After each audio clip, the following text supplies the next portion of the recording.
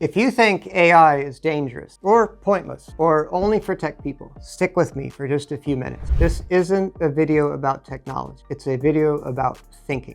As I get older, I've become increasingly aware of how difficult real conversation has become.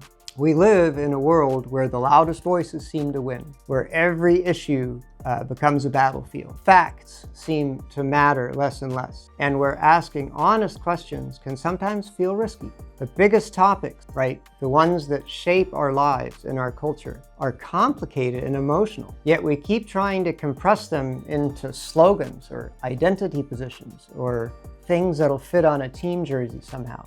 And somewhere along the way, curiosity has been replaced by suspicion. It's become harder to say, man, I'm not sure about that, or I'd like to understand that a little bit better, without someone assuming the worst. That you are not committed to their general worldview, or that you might be sympathizing with the other faction. It's become harder to explore nuance without being accused of betrayal. It's become harder to express uncertainty without seeming weak or uninformed. And because of that, many of us have simply stopped talking. Or we talk only to people where we already know they'll agree, or we stick to very, very safe topics. We retreat into silence or into echo chambers where alternate opinions might be considered an attack. And if we're honest, that silence really isn't good for us. So I've noticed this in my own life, where certain topics trigger such strong visceral reactions that challenging any kind of popularly held belief,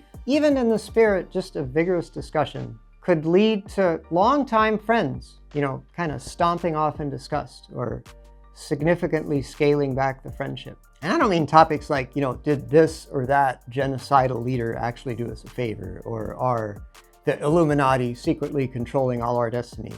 Or are French people actually human? No. I'm talking about things like, what does the existing body of vaccine science actually say? Or why are some things more appropriate than others to teach in public school? And so I will freely admit that my own posture, right, in those conversations might have contributed, but I'm, usually pretty easy to get along with. More recently, something really interesting and surprising happened in my own life. I had some of the most thoughtful, challenging, and meaningful conversations I've had in years, and I've had them with a large language model on my computer. Large language models, or LLMs, are the generative artificial intelligence, or AI, that will generate text, answer questions, like retrieve and provide data, etc. ChatGPT is one of the most well-known and recognized ones, but there's numerous other ones, right? So you can pick whichever one you like best. I talk with them not because LLMs, or any AI, is more intelligent than people. Not because I want a machine to tell me what to think. Because when I talk to an AI, there is no ego on the other side of the conversation. There's no pride.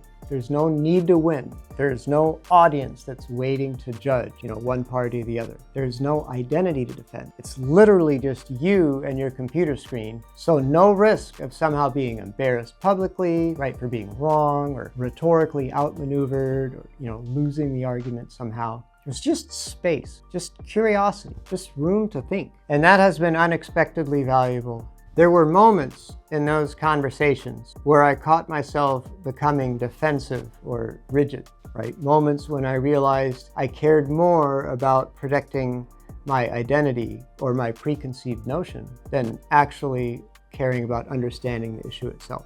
There were, moments of doubt that I had where I felt maybe the LLM had been trained to strongly prefer one agenda over another, suspicious things like that. I honestly didn't like that version of myself. It felt small and brittle. And noticing that became a turning point for me. Sometimes those conversations revealed holes in my reasoning. Sometimes they strengthened my convictions with even more clear evidence. Sometimes, they changed my mind, or at least opened my mind to the possibility that there might be other viewpoints with at least some merit out there. And sometimes they confirmed what I already believed But now I had 5 more examples or avenues of justifying why my viewpoint is the most correct. Avenues that I'm later able to articulate in a way that might cause other people to reconsider their position on it. But no matter what the outcome, every time I walked away a little bit wiser than when I started,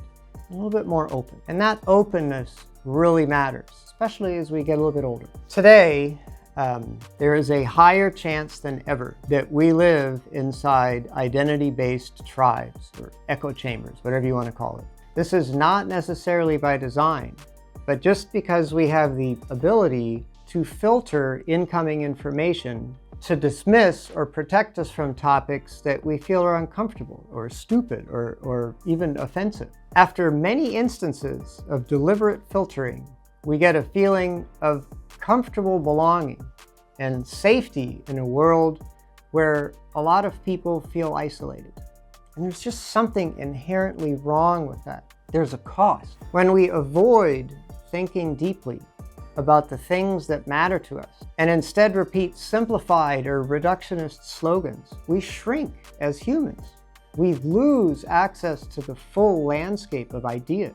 We trade certainty based on deep understanding for certainty based on gut reaction. And we risk confusing identity, personal identity, with actual truth or facts. And for the record, I'm not suggesting that anyone jump into the most divisive, emotionally loaded topics, right? Forcing those conversations doesn't help anyone. What I'm suggesting is much simpler. Whatever you care about, whatever you wonder about at night, whatever you feel drawn to understand a little better, even if it's how could an otherwise smart-seeming person believe X? Allow yourself to think about it honestly, not to win, not to defend a side, but to grow and expand the list of topics that you have rigorously thought about, as opposed to just adopting the opinion of those around you. You can hopefully accept the wisdom in this. So even if you never change an opinion, you'll at least understand more and be able to articulate your position more clearly and thoughtfully, even if it's just in your own mind. There is also a very real practical dimension. The neuroscience on the matter is completely clear. Cognitive flexibility, i.e. our ability to consider new information and remain mentally open, is one of the strongest predictors of long-term brain health. Curiosity literally keeps the brain younger, while mental rigidity accelerates cognitive decay and cognitive decline. When we stop learning, when our beliefs harden into concrete, we age from the inside out. And right now, many people my age are becoming angrier, more isolated, more entrenched, not because they're unintelligent or malicious or anything like that, but because they feel alone, unheard, and somewhat isolated in their little echo chamber.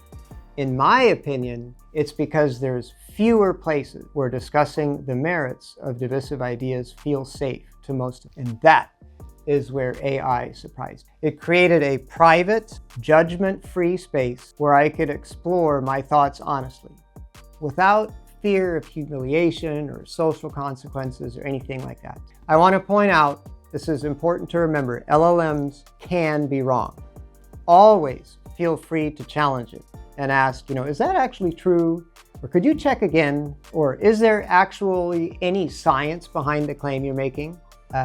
Often the LLM will course correct, or it will give you additional information why it believes that what it's stating to you is true or accurate. So if you have felt yourself tightening, if you've felt anger rising where curiosity used to live, if you've caught yourself avoiding topics because they feel exhausting or dangerous, or if you simply miss having a real deep conversation, try talking through something with an LLM of your choice. You pick one. Not to be told what to think, but to explore what you think, right? And strengthen it. Bring the questions you're wrestling with. Bring the beliefs, like you might be sure, but maybe you're a little bit unsure about them. Bring the things that matter to you.